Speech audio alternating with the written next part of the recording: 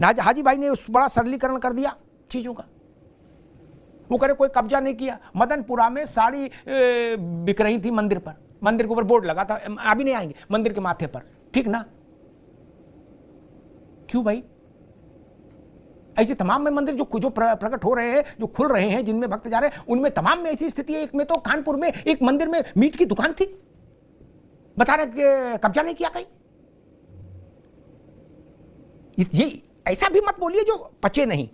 अशोक यादव जी भाई, आप, मुझे तो लगता है कि आपकी ही पार्टी की बात मानी गई। आपने खुदाई और सर्वे दो पे नाराजगी जताई थी, अब ना खुदाई हो रही ना सर्वे हो रहा। नहीं,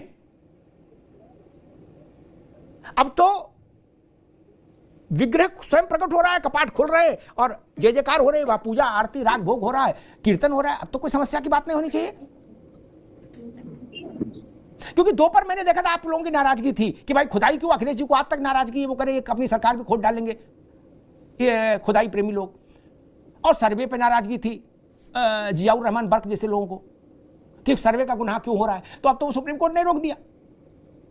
अशोक जी नहीं,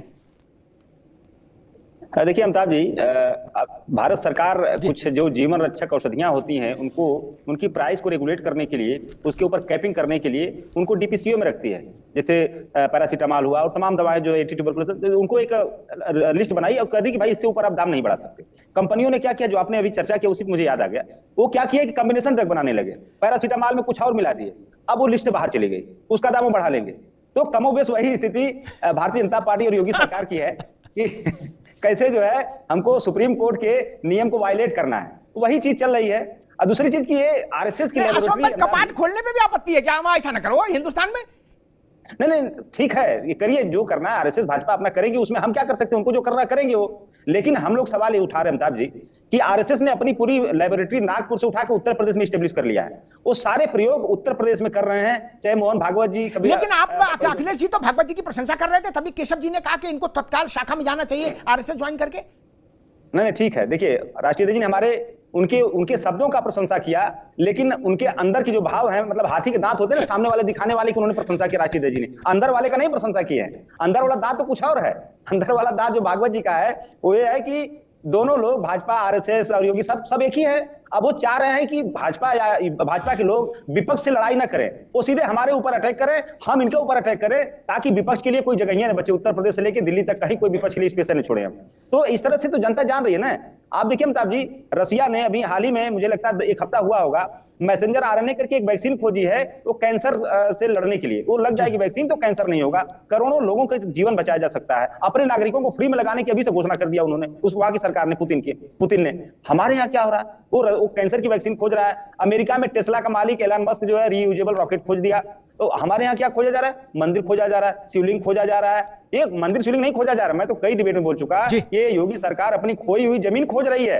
राजनीतिक जमीन खोई हुई जो थी लोकसभा चुनाव में, वही राजनीतिक जमीन को वापस लाने के लिए प्रयास कर रहे हैं। इनको अगर भगवान से बहुत प्यार था अमिताभ जी, तो इतना बड़ा भव्य राम मंदिर बना, जाके वहां पूजा करें। लेकिन उनको लगा कि राम मंदिर तो यार बना दिए, लेकिन वोट नहीं मिला हमको, वहीं से राम मंदिर बनवाए, वहीं से हार गए। अब चलो नए भगवान की तलाश करो, नई चीजों का एक्सप्लोर करो, एक्सप्लोरेशन। तो एक एक्सप्लोर कर रहे हैं ये, ठीक है। इनका एक्सप्लोरेशन मुझे लगता है कि वो याद आता अमिताभ जी, जो प्रयागराज में आरो के जो बच्चे थे जो लठियाए जा रहे थे कि मम्मी पापा आपका हिंदू तो खतरे में नहीं है, आपके बच्चों का भविष्य खतरे में है। तो मुझे वही बच्चों की जो दुखद जो तख्ती याद आ रही है, पीडीए के लोगों का आरक्षण, 69,000 शिक्षक। ठीक है अशोक जी, अब देखा, अब हमने उनको रोका था, नाजिम को आप 69,000 बना जाओ। कितनी बार चलेंगे, बहुत बार चलेंगे, अब कहां तक, मतलब ऐसे तो अनंत काल तक 69,000 चलाएंगे। विषय जितने 69,000 का उस दिन पूरी चर्चा उसी पर कर लेंगे। मेरा निवेदन ये है, 2-3 बातें अशोक जी ने कही, मैं नहीं समझ पाता ये प्रचार कौन लोग क्यों करते हैं। जिस वक्त भारत में जनता के समर्पण निधि से रामलला का भव्य नव्य और दिव्य मंदिर बन रहा था, उसी समय भारत, मुझे लगता है ये वंस फॉर ऑल एक बार क्लियर हो जाए, हालांकि मेरे क्लियर करने से होगा नहीं, मुंडे मत भिन्ना, विपक्ष तो अपने ढंग से तर्क रखेगा।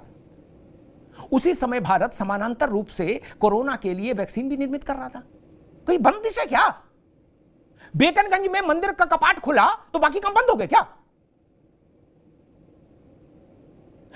हीनता की ग्रंथि क्यों है कि फलनवा अच्छा बोले हमारा लड़का बेकार है? ये हीनता की ग्रंथि क्यों है इतनी अंदर तक?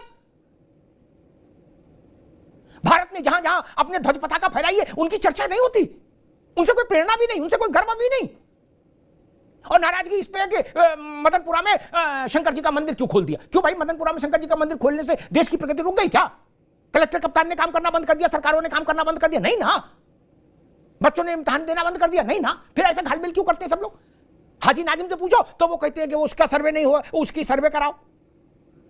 अभी मैंने उनको स्थायी तौर पर बता दिया पता कि सारे प्रकार के सर्वे के लिए कहां संपर्क करें, टीवी पे नहीं, वहां से पैसा दीजिए, हर प्रकार के सर्वे की रिपोर्ट लेके आइए।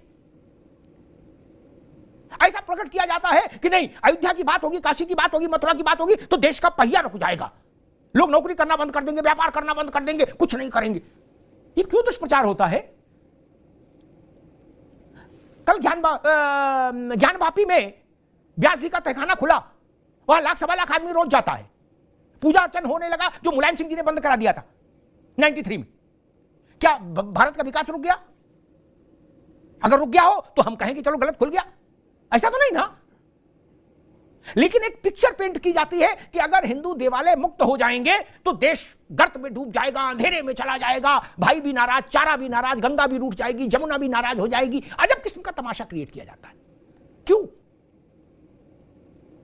कुंभ हो रहा है अशोक भाई, तो देश में बाकी काम नहीं हो रहा क्या? हो रहा है ना। ऐसा तो नहीं जहाज और ट्रेन चलना बंद हो गए, प्राइमरी स्कूल बंद हो गए, नहीं ना, अनाथालय बंद हो गए, नहीं ना। लेकिन अच्छा कुंभ भी हो रहा है, 45 करोड़ लोग वहां आएंगे, ये छोटी उपलब्धि है। और एहसास कमतरी ठीक नहीं मित्र। आपने दुनिया के 2 देशों का जिक्र किया, एक मैं कह देता हूं, दुनिया में ऐसा मुझे मुल्क बताइए हाजी साहब आप और अशोक भाई आप, जो 45 करोड़ लोगों का कोई भी आयोजन कर सकता हो। एक मुल्क बता दीजिएगा जो 45 करोड़ लोगों की आवक वाला कोई कार्यक्रम कर सके, उस स्थिति का हो। क्या कहीं होता है? अगर होता है तो बता दीजिएगा।